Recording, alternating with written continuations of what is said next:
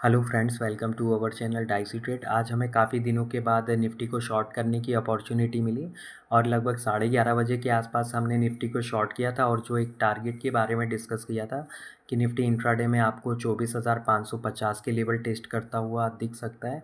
और लगभग 3 बजे के आसपास हमारे जो भी टारगेट थे वो डन हुए और हमने अपने प्रीमियम चैनल पर कई सारी अपडेट्स को भी शेयर किया था यहाँ पर। और 10 बजे के आसपास हमें फाइंड हो चुका था कि निफ्टी और बैंक निफ्टी सेंसेक्स में शॉर्ट पोजीशंस बिल्डअप हुई हैं, लेकिन वहाँ पर किसी भी टाइप की ट्रेड की अपॉर्चुनिटी नहीं है। और बैंक निफ्टी के जो 56,100 के लेवल के बारे में डिस्कस किया था, क्योंकि बैंक निफ्टी का लगभग जो हाई था 56,097-98 के आसपास था।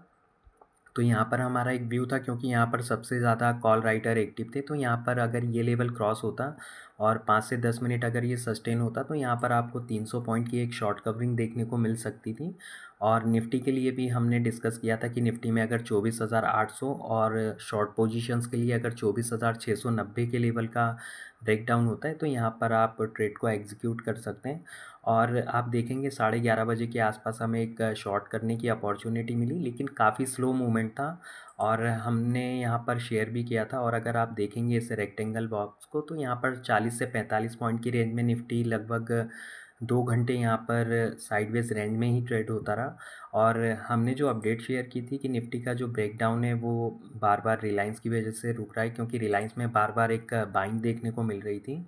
और अगर आप यहाँ पर 5 मिनट के चार्ट पर अगर निफ्टी और रिलायंस के चार्ट को देखेंगे तो यहाँ पर 24,600 के लेवल को 2-3 बार ब्रेक करने की कोशिश हुई थी। एक बार 12:30 बजे के आसपास, उसके बाद अगर आप देखेंगे तो 1:30 बजे के आसपास, और उसके बाद लगभग 2:30 बजे के आसपास यहाँ पर इसको ब्रेक डाउन करने की कोशिश की। लेकिन यहाँ पर तीनों ही ब्रेक डाउन करने की जो कोशिश थी यहाँ पर फेल हुई। लेकिन यहाँ पर देखेंगे आप, जब हमने एक अपडेट शेयर की थी कि निफ्टी में जो रिलायंस है वो हेल्प कर रहा है, ब्रेक डाउन रोक रहा है, तो यहाँ पर उसके बाद देखेंगे जब लगभग 3 बजे के आसपास रिलायंस में ये जो वॉल्यूम के साथ कैंडल का फॉर्मेशन हुआ तो यहाँ पर इजीली निफ्टी ने 24,600 के लेवल को ब्रेक किया और जो हमारा टारगेट था 24,550 का, तो यहाँ पर वो डन हुआ। और पिछले 2 दिनों से हम अपने प्रीमियम चैनल पर डिस्कस करते आ रहे हैं कि निफ्टी में आपको गैप डाउन ओपनिंग देखने को मिल सकती है।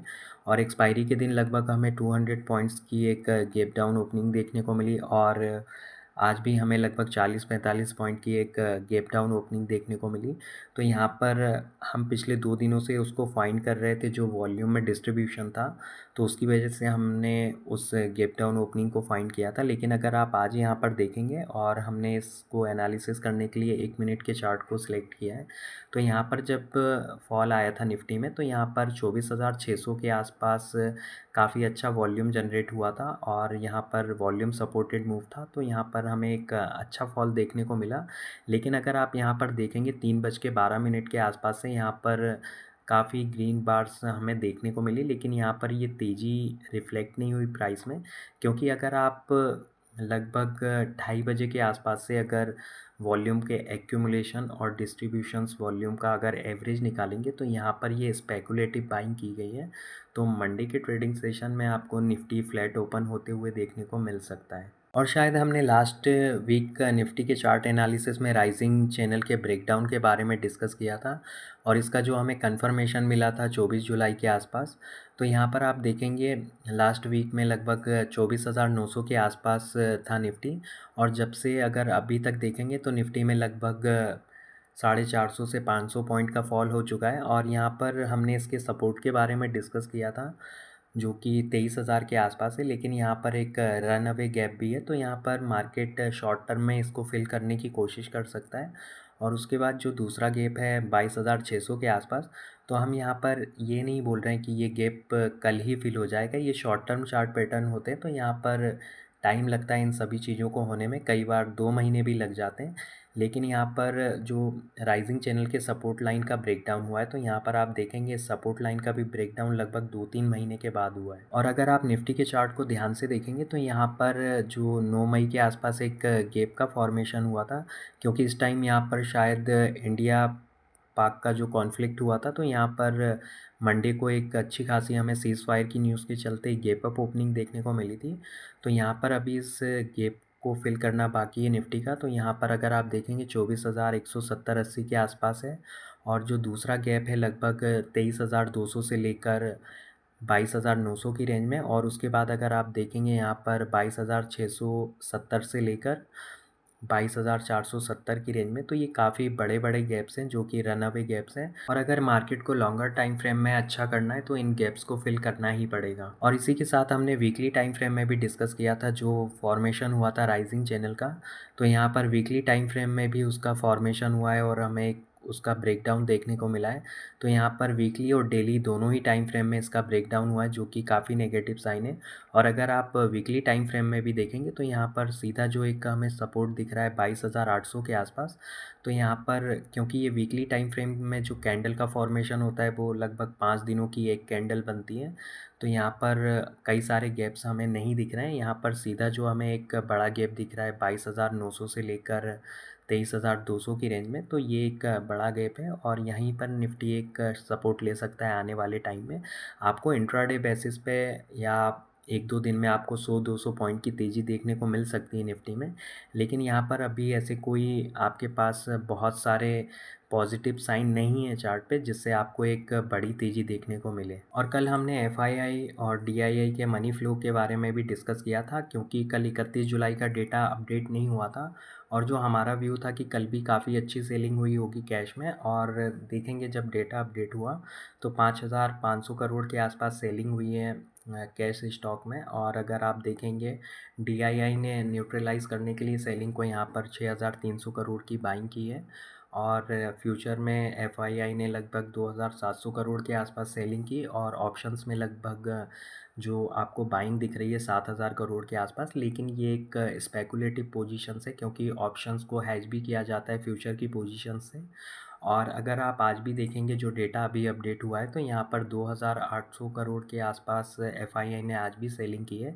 तो ये जो मोस्टली सेलिंग हो रही है ये कैश में लार्ज कैप स्टॉक्स में की जा रही है, क्योंकि अगर आप पिछले 2-3 दिनों से निफ्टी के ट्रेंड को देखेंगे तो निफ्टी सेंसेक्स यहाँ पर ऊपरी लेवल पर सस्टेन नहीं हो पा रहा है, और वो सेलिंग अभी आपको क्लियरली आपको किसी लार्ज कैप स्टॉक में नहीं दिख रही है, क्योंकि वहाँ पर फ्यूचर में लॉन्ग किया जा रहा है लार्ज कैप स्टॉक को, और डिलीवरी बेस्ड जो इक्विटी में सेलिंग की जा रही है, तो यहाँ पर इसलिए वो सेलिंग अभी रिफ्लेक्ट नहीं हो रही है। जिस दिन यहाँ पर एफआईआई की पूरी सेलिंग हो जाएगी, जो भी उनको सामान अपना खाली करना है, उसके बाद यहाँ पर आपको एक अच्छा खासा क्रैकडाउन देखने को मिलेगा। और इसी के साथ हम निफ्टी की ऑप्शन चेन को एनालिसिस करें, जहाँ पर निफ्टी क्लोज हुआ है 24,565 पर।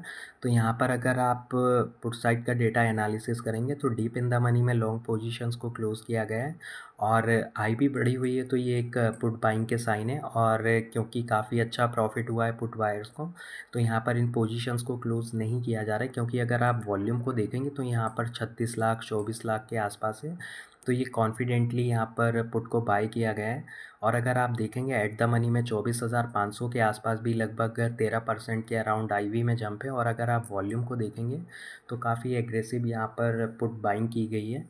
और अगर आप देखेंगे deep in the money, out of the money, at the money, हर जगह पर आईवी काफ़ी बड़ी हुई है। इवन अगर आप यहाँ पर देखेंगे आउट ऑफ द मनी में जाकर तो 24,000 और 24,200 300 के आसपास भी काफ़ी आईवी बढ़ी हुई है, तो ये एक क्लियरली पुट बाइंग के साइन है। क्योंकि अगर आप वॉल्यूम को देखेंगे तो यहाँ पर 2,97,000, मतलब हर जगह पर जो वॉल्यूम है काफ़ी एग्रेसिव यहाँ पर आपको वॉल्यूम दिख रहा है, तो ये किसी छोटे रिटेलर का काम नहीं होता है, यहाँ पर किसी ना किसी बिग फिश ने यहाँ पर बाइंग की है पुट में। और अगर हम कॉल साइड का डेटा एनालिसिस करें तो आप देखेंगे 24,600, 24,700, 24,800 जो आउट ऑफ दी मनी की स्ट्राइक प्राइस है, यहाँ पर एग्रेसिवली निफ्टी को शॉर्ट किया गया है। और यहाँ पर वॉल्यूम देखेंगे तो काफ़ी वॉल्यूम में भी जंप हुआ है, और इसी के साथ अगर आप आईवी देखेंगे तो आईवी भी काफ़ी श्रिंक हुई है। इवन अगर आप डीप इन द मनी के कॉल को देखेंगे तो यहाँ पर 24,200, 24,300, और अगर आप देखें 23,900 की स्ट्राइक प्राइस के जो कॉल ऑप्शन है, तो यहाँ पर आप देखेंगे यहाँ पर काफ़ी अच्छा खासा आज प्रीमियम का लॉस हुआ है, और यहाँ पर आईवी भी काफ़ी श्रिंक हुई है।